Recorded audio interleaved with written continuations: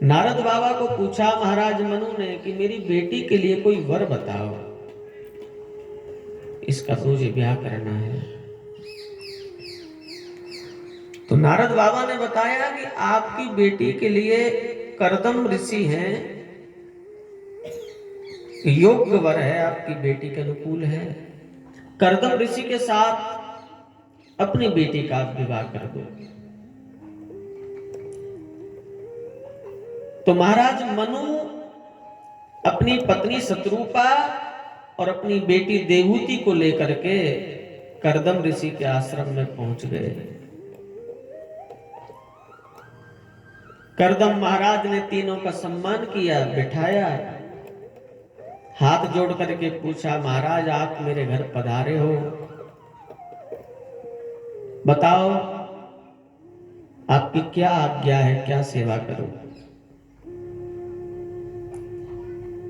तो महाराज मनु ने कर्दम ऋषि को कहा ये मेरी बेटी है देवहूति, मैं इसका विवाह आपके साथ करना चाहता हूं, इसलिए मैं आया हूं। आपको कोई ऐतराज ना हो तो आप मेरी बेटी के साथ विवाह करो। कर्दम बाबा ने कहा आपकी बेटी के साथ मैं विवाह करूंगा, लेकिन मेरी एक शर्त है, एक संतान हो जाएगी विवाह के बाद तो फिर मैं घर नहीं रहूंगा, मैं चला जाऊंगा। आपकी बेटी को अकेले रहना पड़ेगा एक संतान के साथ।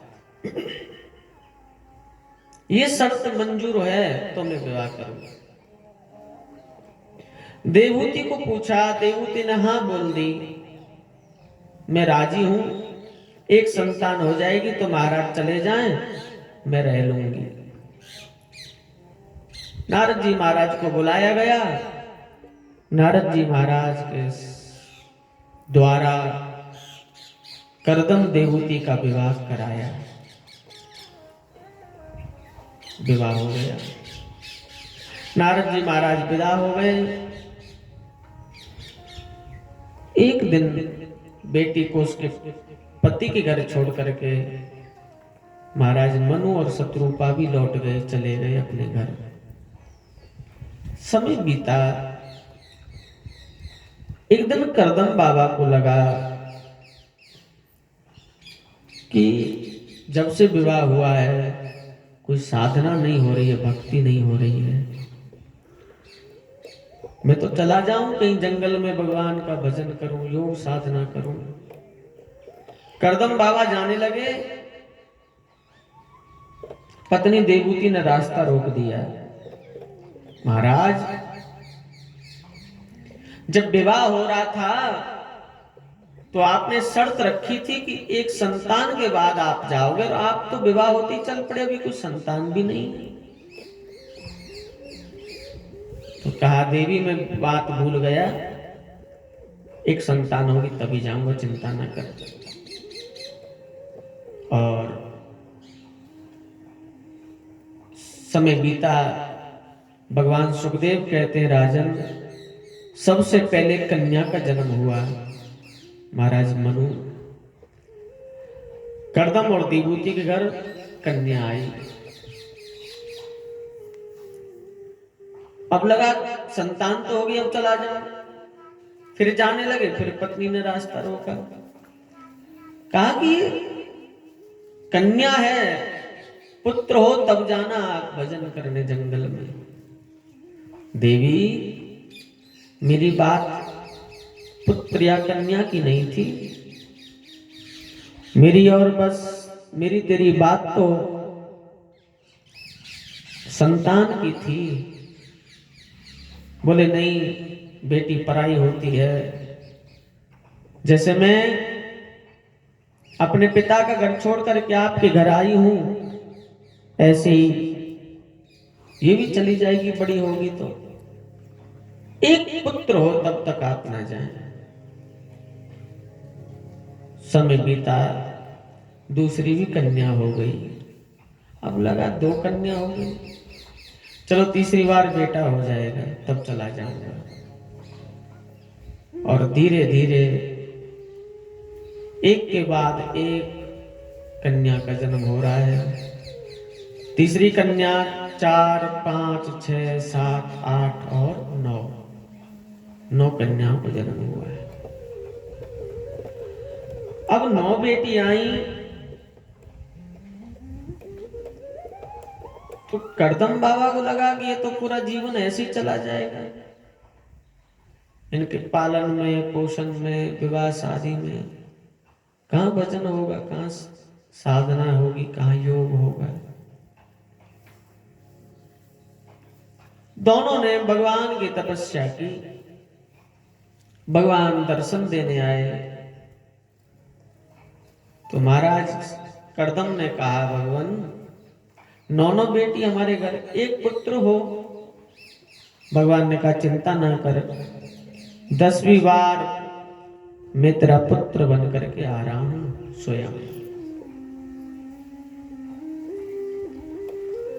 जब भगवान ने ये कहा कि मैं तेरा पुत्र बन करके आ रहा हूं,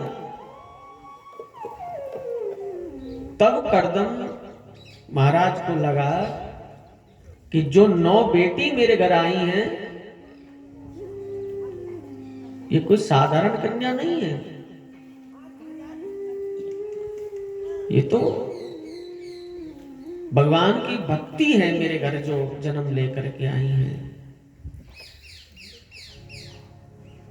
परमात्मा यदि इन कन्याओं के बाद आने वाले हैं तो ये साधारण कन्या नहीं हो सकती, ये नवदा भक्ति भगवान की है।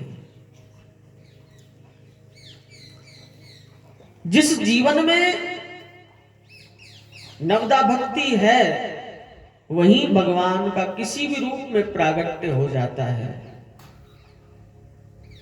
जीवन में 9 प्रकार की भक्ति होनी चाहिए। नवदा भक्ति, बिना भक्ति के परमात्मा प्राप्त नहीं होता है।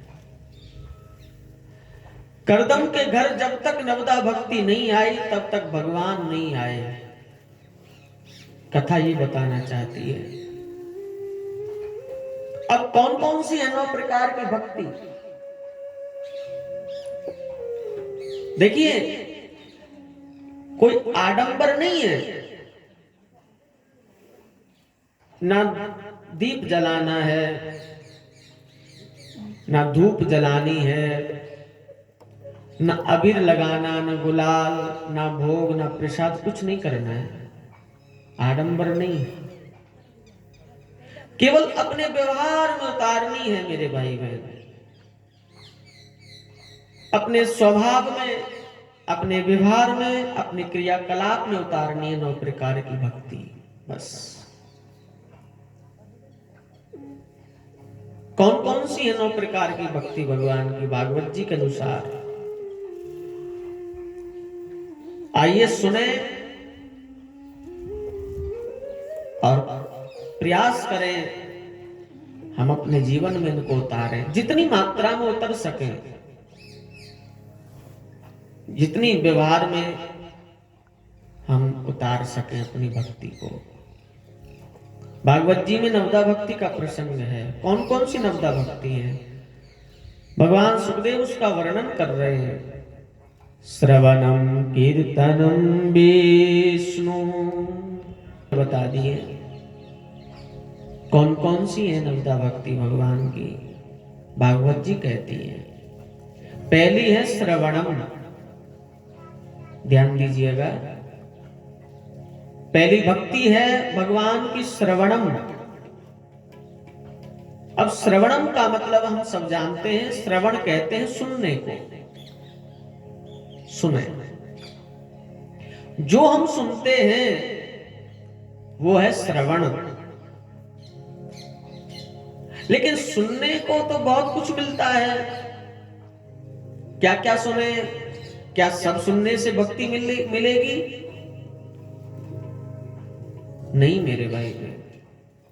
आदमी सुनता तो रहता ही है, इधर की बात उधर की बात, किसी की अच्छाई किसी की बुराई, किसी की निंदा किसी की वंदगी, हाँ? किसी की चुगली किसी की सब सुनते रहते हैं। तो ये सब सुन रहे हैं जो ये भक्ति है? नहीं। संत कहता है, भागवत जी कहती है, भक्ति तो वही है भगवान की कथा सुने, जितना हो पाए।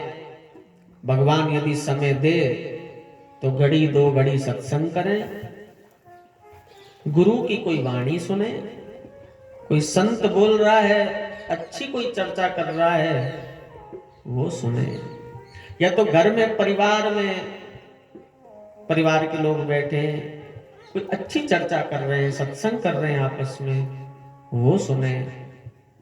भगवान का नाम सुने, भगवान की कथा सुने। ये है पहली भक्ति, श्रवणम। ये है।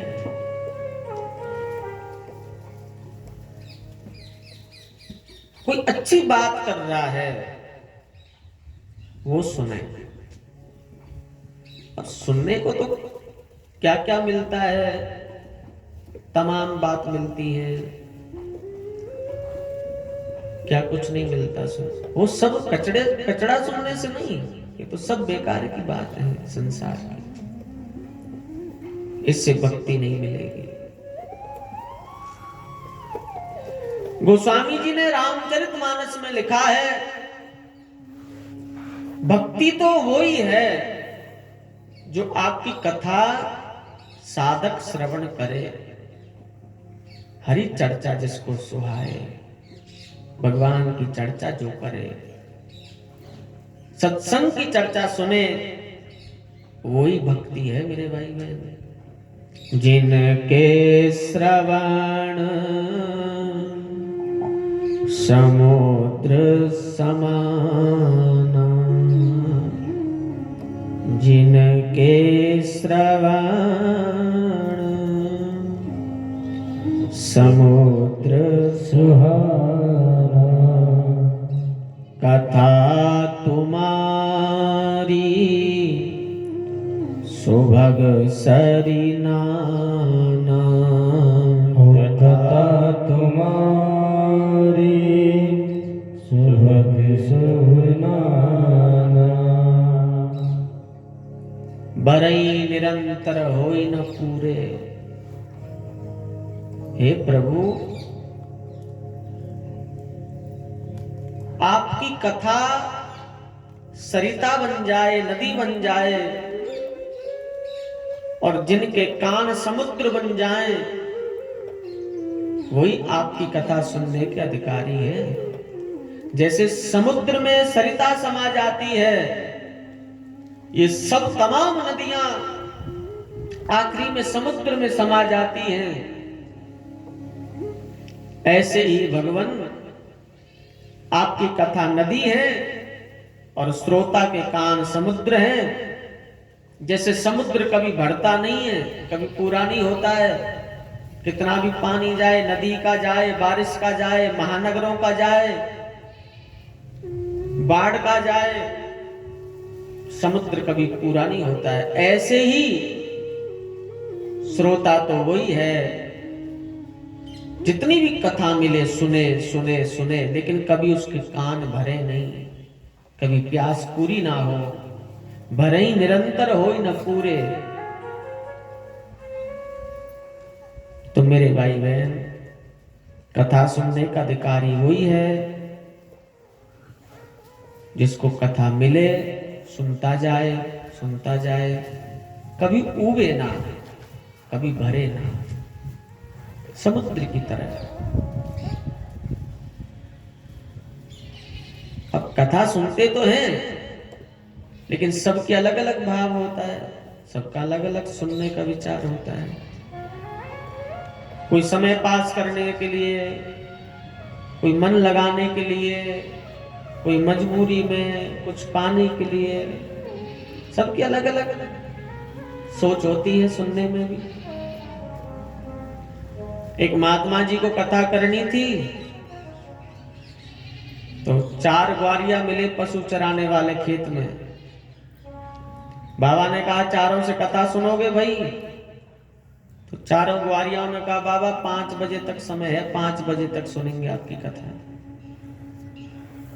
5 बजे के बाद हम अपने पशु गाय बकरी भैंस लेकर के चले जाएंगे। बाबा ने कहा चलो 5 बजे तक सुन लो, भी 2 बजे 3 घंटा है। तो पेड़ के चबूतरे पर बाबा को आसन दे दिया, बाबा बैठ गए, चारों ग्वारिया सामने बैठ गए। बाबा ने आंख बंद करी और कथा शुरू कर दी। 2 बजे कथा शुरू हुई, 3 बज गए, 4 बज गए, 5 बज गए, 5 बजे तक कथा चली।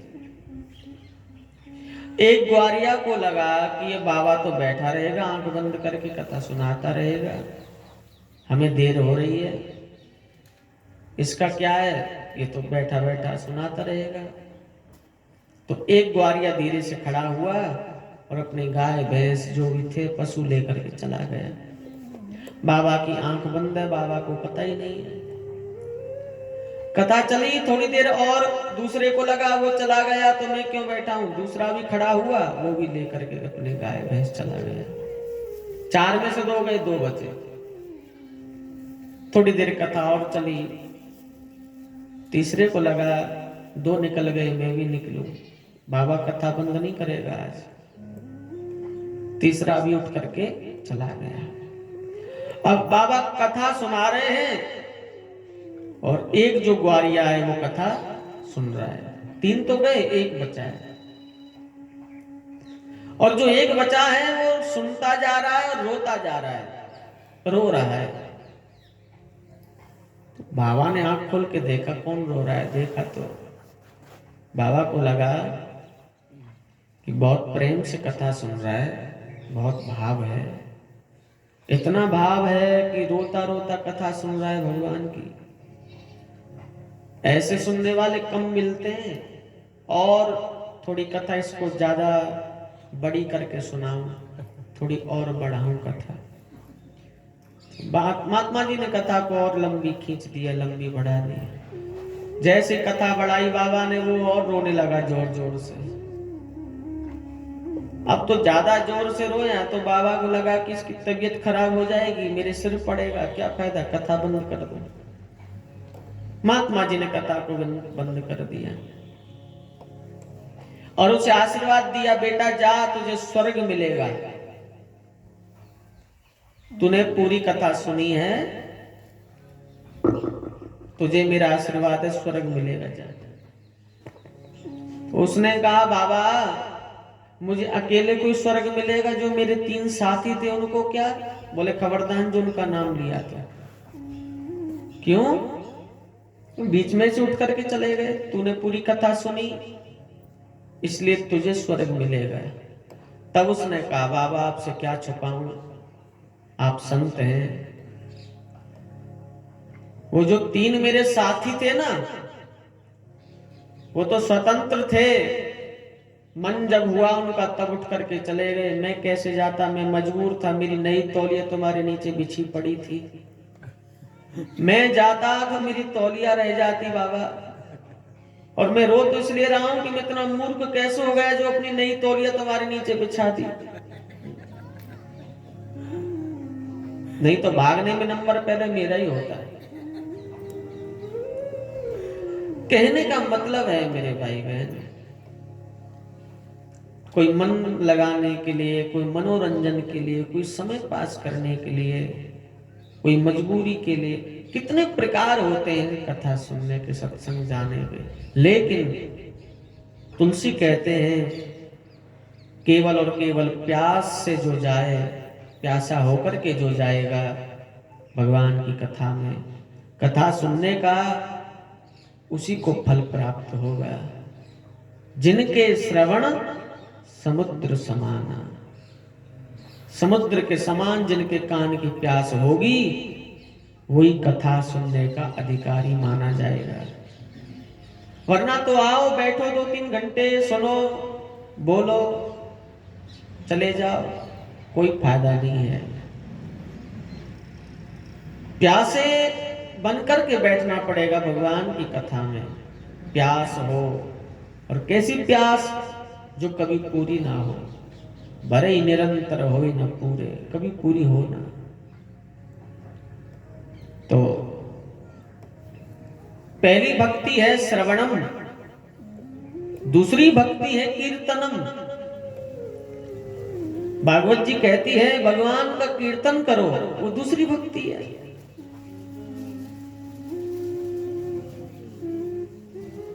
अब देखिए कितनी सरल है, बहुत सरल है। इससे सरल क्या होगी? भगवान का कीर्तन गाओ बस।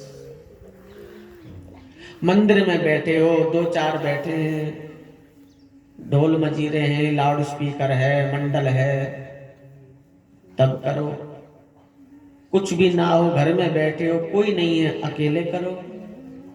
आप भोजन बना रहे हो, बर्तन धो रहे हो, झाड़ू लगा रहे हो, कपड़े, कोई भी काम करते जाओ, नाम लेते जाओ, कीर्तन करो। कोई समय नहीं निकालना है कीर्तन के लिए, भगवान का भजन करने के लिए। काम कर रहे हैं और नाम भी चल रहा है साथ साथ। और जिस नाम में आपकी रुचि हो वो नाम जपो।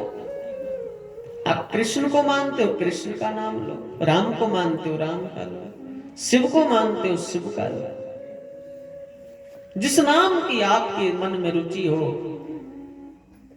एक नाम, दो नाम, 5 नाम, 10 नाम, नाम कीर्तन करो। और ये जो कलयुग है ना, कलयुग में नाम के सिवाय कुछ नहीं है। नाम ही कलयुग का आधार है। नाम से मेरे भाई बहन पार हो जाएगा जी। ये जो कलयुग आया है,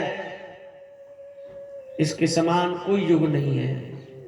ना तपस्या की जरूरत है, ना ध्यान लगाने की जरूरत है, ना योग करने की जरूरत है, ना समाधि की जरूरत है, ना कोई बड़ी बड़ी साधना करने की जरूरत है। नाम की महिमा बस। हरि नाम, हरि नाम, हरि नाम। भागवत जी में आखिरी में कहा गया है, नाम संकीर्तनम यस्य सर्व पाप प्रणाशनम। हरि नाम सभी पापों के ओग को जला करके खत्म कर देता है, विनाश कर देता है ताप का। पाप के पुंज, पाप के पहाड़ नष्ट कर देता है परमात्मा का नाम। इतनी ताकत है हरि नाम में मेरे भाई बहन। और नाम किसने नहीं गाया? सबने नाम गाया, उल्टा सीधा सबने नाम। और देखिए कैसे भी गाओ, भगवान का नाम इतना पवित्र पावन है। उल्टा सीधा के, अरे किसान बीज बोता है धरती में, खेत में, तो उल्टा सीधा नहीं देखता है, बो देता है और समय पर वही बीज पक जाता है, फसल हो जाती है। हरि नाम का ऐसा बीज है, उल्टा सीधा जैसा बोओगे, समय आने पर फसल पकेगी, प्राप्ति हो जाएगी। कलयुग में नाम की बहुत विशेष महिमा है। अग्नि है परमात्मा का नाम, और अग्नि को कैसे भी छुएं, अग्नि का क्या क्या काम होता है? जलाना। जानबूझ के छुओ तो भी जलाएगी, धोखे से छू लो तो भी जला देगी, प्रणाम करके छुओ तो भी, उसका काम ही जलाना है। ऐसे परमात्मा का नाम है अग्नि, कैसे भी ले लो हमारे पाप को जला देगी, हमारे अंदर बैठे हुए कसाई को जला देगी और हमें पावन कर देगी। ऐसी हरिनाम की अग्नि मेरे भाई बहन। वाल्मीकि आप जानते नाम, कहते हैं वाल्मीकि ने उल्टा नाम लिया, सीधा नहीं गाया था। राम नहीं बोला, मरा मरा मरा, क्योंकि इतना हिंसक आदमी था, दूसरों को मारना ही जिसका काम था, दूसरों को लूटना मारना। एक संत से भेंट हो गई, मुलाकात हो गई वाल्मीकि की। बहेलिया था पहले तो, बाद में वाल्मीकि बना। तो संत ने कहा कि इतनी दुनिया को तू लूटता है, मारता है, इतना पाप तू करता है, किसके लिए करता है ये सब लूटपाट? उसने कहा मेरी पत्नी, मेरे बच्चे, मेरे परिवार के लिए। तो संत ने कहा इतना पाप कर रहा है तू अपनी संतान परिवार के लिए, तो परिवार संतान तेरे इस पाप में शामिल है? कभी पूछ उनको जा करके। तो पत्नी बच्चों को पूछा, परिवार को पूछा कि मैं दुनिया को लूट करके, मार करके जो लाता हूं, पाप करके जो लाता हूं कमाई तुम्हारे लिए, इस पाप में तुम मेरे साथ हो कि नहीं? मना कर दिया, हम नहीं है इस पाप में तेरे साथ। बुद्धि के कपाट खुल गए। बैलिया को लगा कि जिन परिवार के लिए, जिन पत्नी के लिए, जिस बच्चों के लिए मैंने ये सब पाप किया, और वो कह रहे हैं कि हम इसमें तेरे साथ नहीं है, उसी दिन से छोड़ दिया बुरा कर्म। ना किसी को लूटना, ना मारना, सब छोड़ दिया। और उसी संत के पास चला गया और कहा कि मुक्ति का, पाप तो किया है, उसका उपाय बता दो। तब संत ने कहा हरि नाम जप, भगवान का नाम, राम बोल। लेकिन इतना पापी था कि भगवान का नाम भी जीभ से नहीं निकलता है, मुख से नहीं निकलता है। तो संत ने कहा तूने बहुत लोगों को मारा है, राम नहीं बोल सकता तो मरा तो बोल सकता है, क्योंकि मारना तेरा पेशा है। बोले हाँ ये ठीक है। तो मरा मरा बोल, और मरा मरा।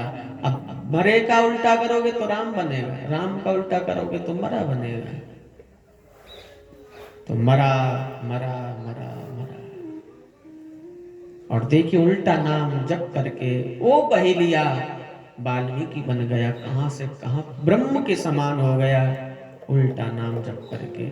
उल्टा नाम जपत जग जाना, उल्टा जानते हैं, गोस्वामी जी लिख देते हैं, उल्टा नाम। महादेव की पत्नी पार्वती ने भी नाम जपा है। पार्वती विष्णु सहस्त्र नाम का पाठ करती थी, बहुत देर लगाती थी काम में। तो एक दिन महादेव ने कहा तू बहुत देर लगाती है पार्वती। बोले अब मेरा नियम है तो है, क्या करूं? तो कहा कि तुझे एक सरल उपाय बता दूं,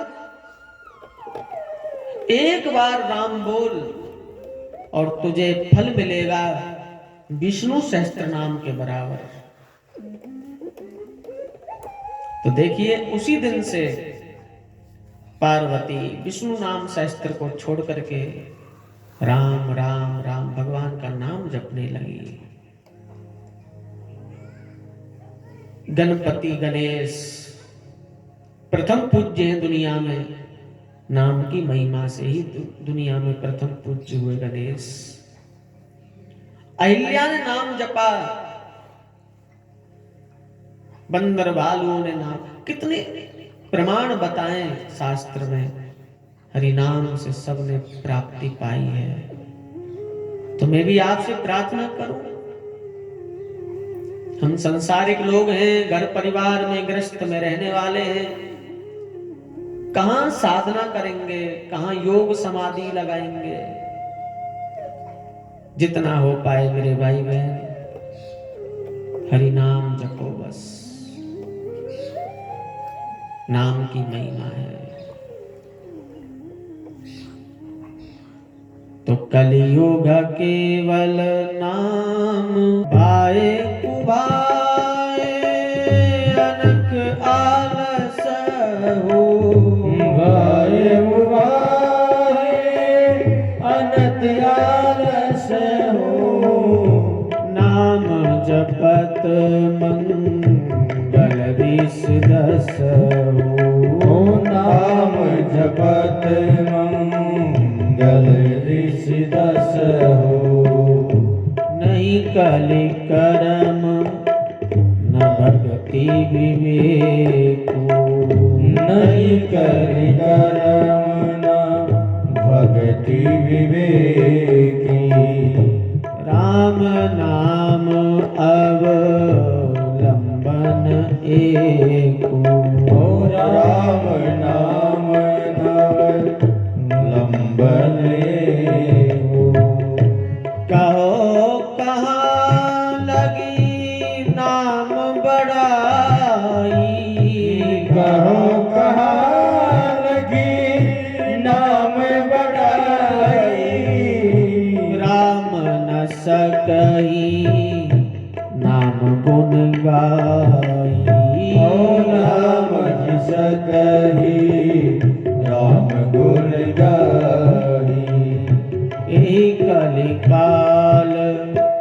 न साधन दूजा, नहीं कलि काल न साधन दूजा, जोग यज्ञ जप तप व्रत पूजा, जोग जग जप जप तप पूजा, कलयुग केवल नाम आधारा, कलियुग केवल नाम आधारा,